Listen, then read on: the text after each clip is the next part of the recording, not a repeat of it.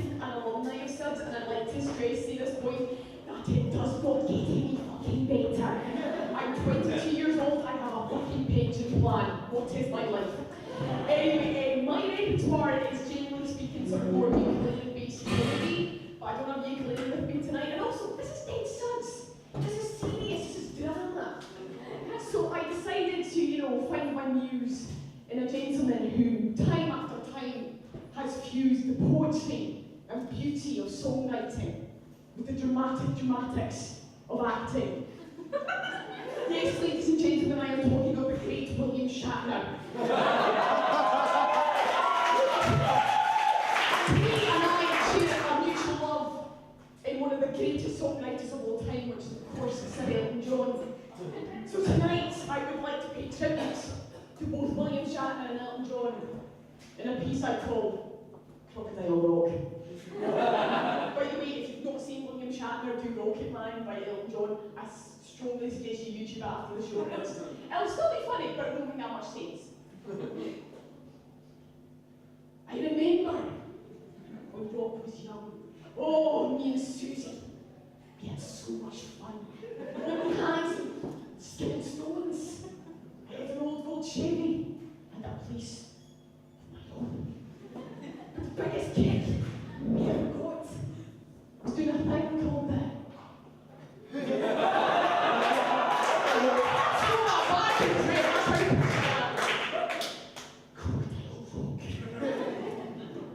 While the other kids, they weren't rocking like a rock.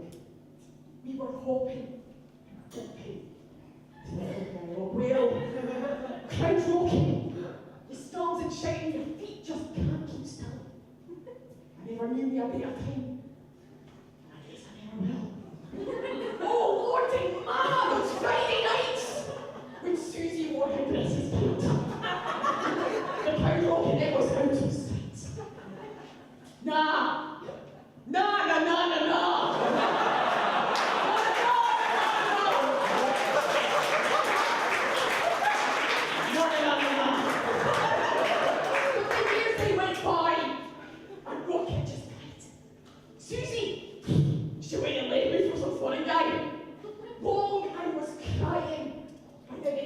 I was dreaming of those cherries and those old good jeans, but they never killed the thrills with gold.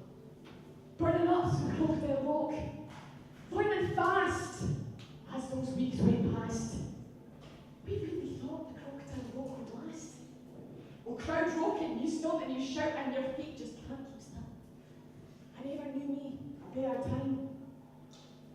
But I guess I never will. Oh, Lord, those Friday nights when Susie wore her dresses tight. And the crowd rocking, it was out of sight. Nah.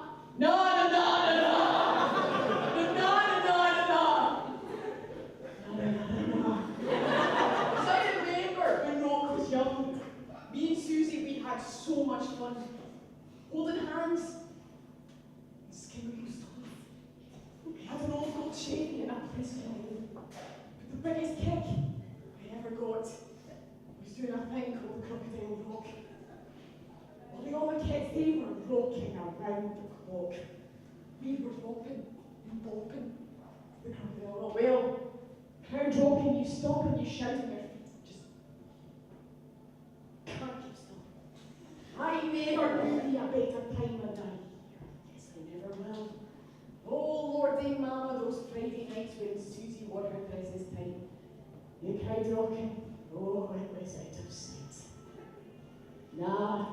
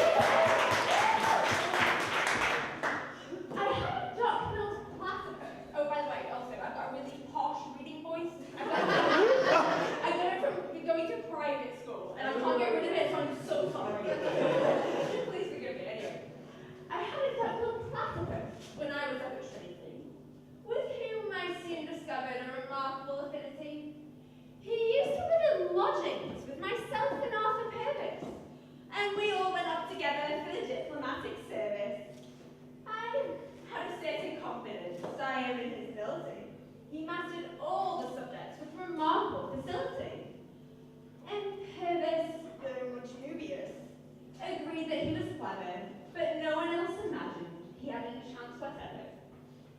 I failed to pass the interview, the board with dry grimaces, objected to my poops, and took exception to my braces. And purpose failed by an intolerance examiner, who said he had his doubts as to his soft suspended stamina. Our summary rejection, though we took it with urbanity, was naturally wounding in some measure to our vanity. The bitterness of failure was considerably mollified, however, by the ease with our platypus it qualified.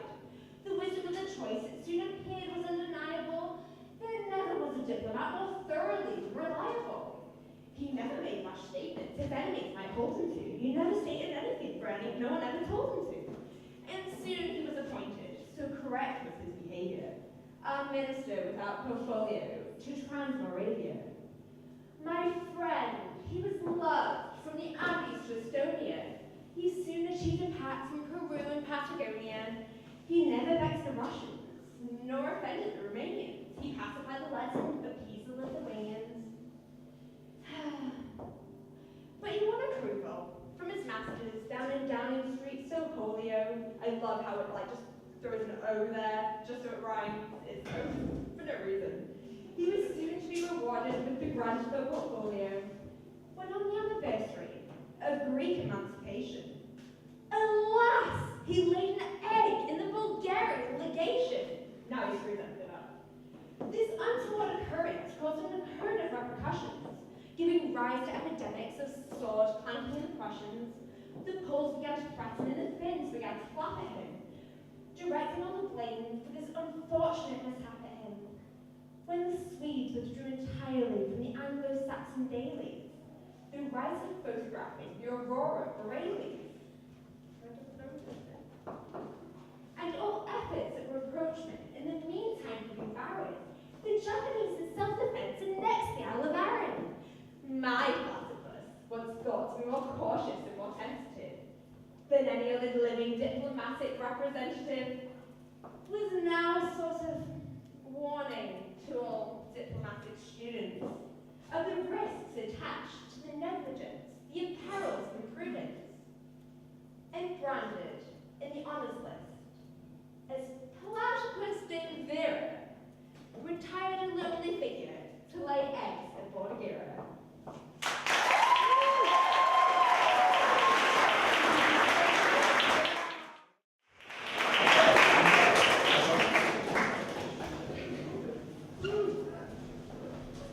Hey everyone. This is a really short monologue from the play This Is Our Youth by Kenneth Lonergan. Anyone familiar? No, you bet. Good. Yeah, and I always smoke pot with you. All of you. My pot all the time. Like hundreds and hundreds of dollars worth.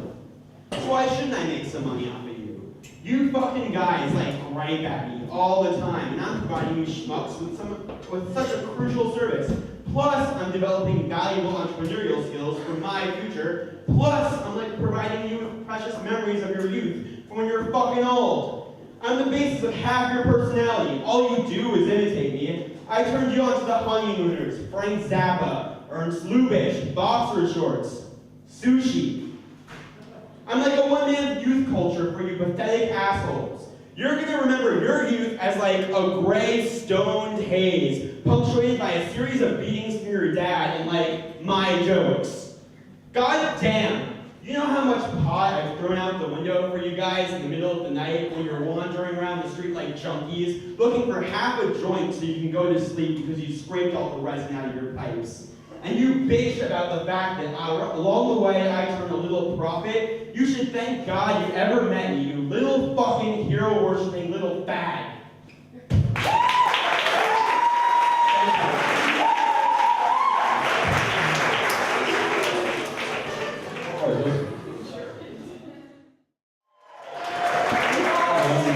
I'd like to start by saying, man, we should both smoke together soon. This piece is a piece I did a while ago, so some of you that are old humans will probably know this. It's a piece I wrote a while ago. It's kind of crazy. It's about a toy maker that's kind of mentally weird.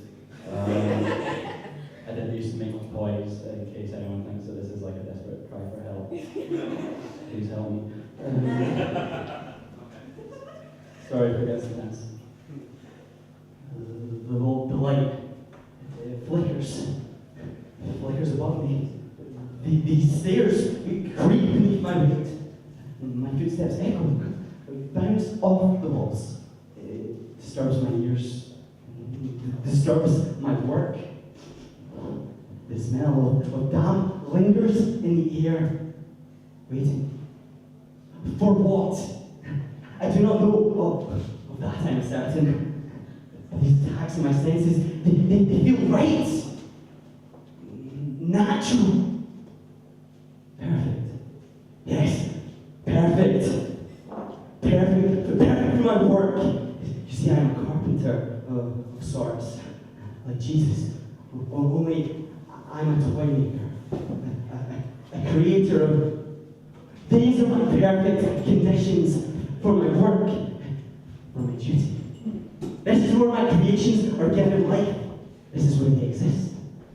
Displayed high beneath the ground, proud products of perfection. But how would you know? The light. It flickers still. The stairs no longer creak, but the light still flickers. Do not judge me. My creations are in a half-light. My children cannot exist where darkness dwells. A half-light only gives them a half-life. It is justified to only take half of a life. How can you judge? Have you created life? Hours of labor are needed to create something beautiful, something perfect. Hours. Perfect. Take this hunchback, for example. Every detail of it. Perfect. Hours. Hours to carve, hours to paint, hours lying in here. With these dark flickers of light. Everything about this hunchback is perfect.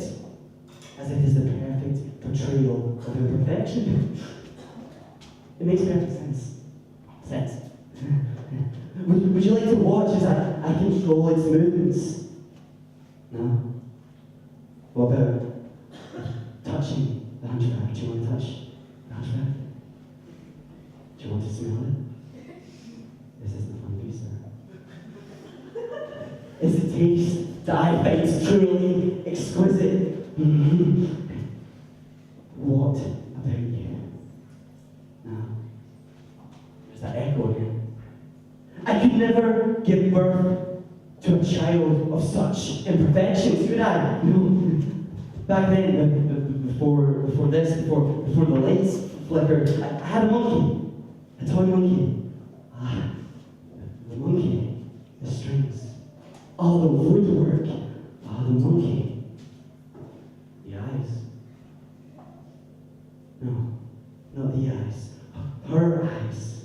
She controlled her own movements. I wanted control, but I had none. I had no control over her perfections or her imperfections. I had no control. I could control nothing. Except, of course, her fate. No. I had no control. No control over her. The monkey. Yes. The monkey had control. The strings. She could move. She did move. I placed a die in the monkey's paw. A die. How fitting a die could control a life. That is what it was. It was a life. The die. Life. If I rolled a 1, a 2, or a 3, the die would have disgraced its name. However, a 4, a 5, or a 6, and she would indeed die. In hindsight, a safe wager, as she could have never reached a 4, a 5, or a 6. I pulled the string, but dared not look at the result. I dared not look at her, but I could feel her. Look at me. I needed not look, I knew her fate. I had to use my hands. Only fitting, don't you think? That what gave her life could also take it away. I have no issue with playing God. After all, God is not perfect. Perfect. He left me with this duty. Not perfect. The strings. No. Her eyes were her perfect feature. They showed inner beauty, in a sense of meaning that children and adults alike would have loved, but I couldn't see it. That is when the light began to flicker. The monkey! No, she brightened up the room as if she was the sun. Yes, she was the sun. But not a son. Another imperfection. I found myself gazing into my creation, almost mesmerizing. She was beautiful. No! And with one quick smash, I smashed her against the table. I could hear her break in my hands. Her creator's hands. I am the creator. I am the destroyer. I am the perfection. Do you judge me? Do you judge me? Do you just judge as I stood and watched her body fall from my grasp and crumble to the floor? That I watched her body flicker off just like this light? That her blood, my 2-year-old daughter's blood, dripped from her inner beauty? Or do you judge me because her lifeless eyes lay still on the ground as I put the monkey back on the shelf? I am the perfection. Pen shit, right? Fuck. I'm sorry. If you tell me, alright. Right! Hello, everyone! Okay, I want to do a test to see how loud I am without a microphone. Can you hear me without a microphone? Yes! Everyone be silent except the people that say no. What? I don't need a microphone. Yeah! Because I have a master projection. Right, this is a short story I wrote. Over the winter break, I wrote like a bunch of short stories because I was really bored. They're called Falkirkians. It's about the town of Falkirk. You'll see it at some point. I don't know how, but it'll happen. But this is an excerpt from a short story about a detective called Javier Menteith. It is set in the year 2044 in the town of Falkirk, which is 20 minutes next to us. Okay, it's called The Bad Lunch. This wee guy, Sam, had himself a problem. Couldn't he just come into my office and sit down and say something concise to me like, I've got a problem? We'd be done with it. But he didn't do that, did he? How he brought it up instead was like this.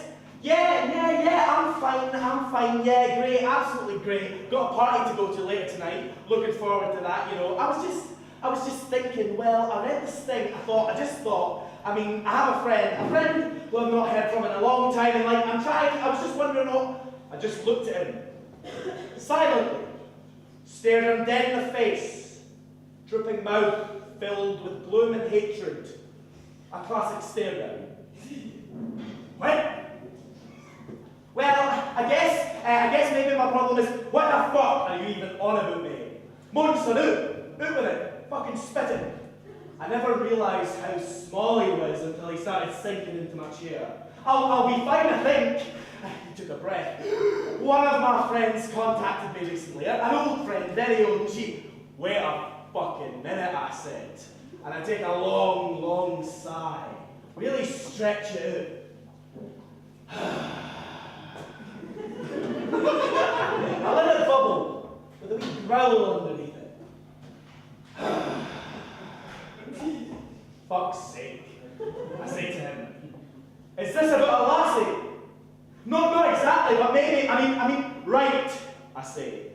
Go talk to her, say hiya, ask her out. Easy. If she says aye, then she says aye. If she doesn't say aye, then she doesn't say aye. Boo-hoo, woe is you, oh no, but life goes on. Problem solved. Now get the fuck out of my office, son. Sammy blurts out the button and stands up from the chair, and he still looks small. I know that, but I need to. No, you didn't. Out! But out! And then I lunged over the desk, grabbed him by the scruff of his neck, and kicked the wee guy out the door. Get your act together, son. Didn't even take pay for that, Ian. One of my ex-colleagues, wee nephews or something, did it as a favour. By the time I was done with the idiot, it was past 4 o'clock. And you can't have your lunch past 4 o'clock. Whole day was fucked after that.